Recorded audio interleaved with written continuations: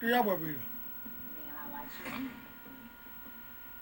2025ခုနှစ်အတွက်မြမရုပ်ရှင်ထူးချွန်စုချီးမြှင့်ပွဲအခမ်းအနားသို့တက်ရောက်လာတဲ့အနုပညာရှင်များရဲ့ပွဲတက်ဝတ်စုံများတွေမှာအကောင်းဆုံးဝတ်စုံလေးမျိုးကိုစခုရရှိသူအနုပညာရှင်များ၏အမည်အားကြီးညာပေးပါရစေရှင်စုအမျိုးအစား၄မျိုးစလုံးအတွက်စကားချင်း9ဦးစီးရင်ကိုတော့ PPTV application မှာကြီးညာထားပြီးဖြစ်ပါတယ်ခုအကောင်းဆုံးအမျိုးသားဝတ်စားစင်ရမှုနေတော့ကြီးရန်စုစခုရရှိသူကတော့ Academy ပြောင်းဆောင်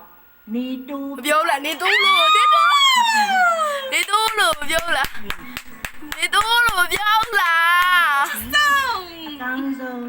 အမျိုးသမီးဝတ်စားစင်ရမှုကြီးရန်စုစခုရရှိသွားသူကတော့ နေတော့ Academy ရဲ့ မေတန်းနုဖြစ်ပါ အော်မေတန်းနု မေတ္တာနေကြိုက်ပါ ကောင်းဆုံးဝတ်စားစင်ရမှု နေတော့ စခုရရှိသူကတော့ကောင်းမြတ်ဆန်ဖြစ်ပါလေ ဟာ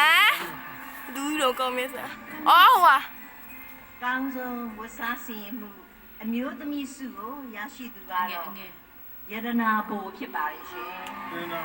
ရနာဘူလား ကောင်းတော့ Myanmar Academy Fashion Award ဟေးနေတော့ထိတ်တော့อ่ะ ရပြန်ပေးနိုင်ပါရန်စင်မော်ကိုကြွရောက်ပေးဖို့အတွက်လေးစားစွာနဲ့ဖိတ်ခေါ်အပ်ပါရှင်စင်မော်ပေးဖို့ပါလို့ရောက်ကောင်းအောင်